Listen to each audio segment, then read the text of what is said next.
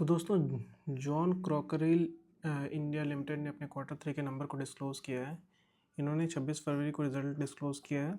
देखते हैं total income इनका कितना हुआ है। तो ये इन्होंने लैक्स में दिया है, मैं करोड़ में आपको कन्वर्ट करके बताऊंगा।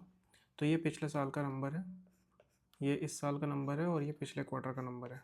ठीक है, तो टोटल इनकम इन्होंने कितना जनरेट किया है पिछले साल? 73 करोड़ का इन्होंने टोटल इनकम जनरेट किया था। ठीक है, जो अब बढ़कर हो गया है 104 करोड़। सो यहाँ पे मैसिव जंप दिख रहा है इनकम में। ठीक है, ये अराउंड आप देखोगे ईयर ऑन ईयर 42% का रेवेन्यू जंप है। ठीक है, ये 42% का रेवेन्यू अप है। और पिछले क्वार्टर में देखोगे तो 99 करोड़ था, 99 करोड़ से ये हो गया है 104 करोड़। तो यहाँ पे अराउंड 5.35% का जंप है। ठीक है, अब देखते हैं इसका एक्सपेंस कितना बढ़ा है क्योंकि टोटल इनकम क्वार्टर वाइज और ईयर वाइज दोनों बढ़ा है। ठीक है, अब एक्सपेंसेस देखते हैं। तो एक्सपेंसेस इसका 75 करोड़ का था पिछले साल और इस साल का एक्सपेंस बढ़ के हो गया है 95 करोड़। तो एक्सपेंस तो यहाँ पर बढ़ा है। तो एक्सपेंस कितना बढ़ गया है? एक्सपेंस अराउंड 26% बढ़ गया है ईयर ऑन ईयर। 26.46% का बढ़ा है, 26.46 का बढ़ा है। और पिछले क्वार्टर से अगर देखेंगे तो पिछले क्वार्टर से भी एक्सपेंस बढ़ा है। ये कितना बढ़ा है? ये अराउंड बढ़ गया है 8.78% का। ठीक है, तो इसमें एक्सपेंस दोनों क्वार्टर वाइज और ईयर वाइज दोनों बढ़ा है।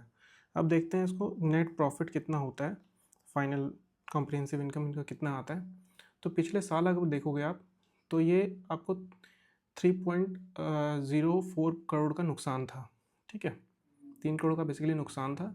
अभी जो है वो 0.57 करोड़ का प्रॉफिट है, दैट इज़ 57 लाख का प्रॉफिट है। तो लॉस से प्रॉफिट में आया है। ये अच्छी बात है कि हमारा company year on year profit में आया है लॉस से, विच इज़ अराउंड 118% का जंप हुआ है। क्योंकि लॉस से प्रॉफिट में आया है तो अच्छा रिकवरी है।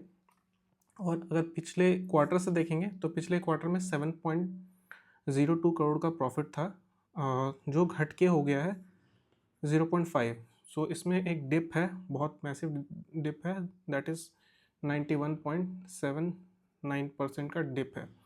ठीक है, तो रिज़ल्ट मिक्स है। ईयर ऑन ईयर बेसिकली देखा जाए तो ये लॉस से प्रॉफिट में आया है, विच इज़ लाइक 118% का प्रॉफिट है। बट पिछले क्वार्टर से देखेंगे तो 91% का डिप है।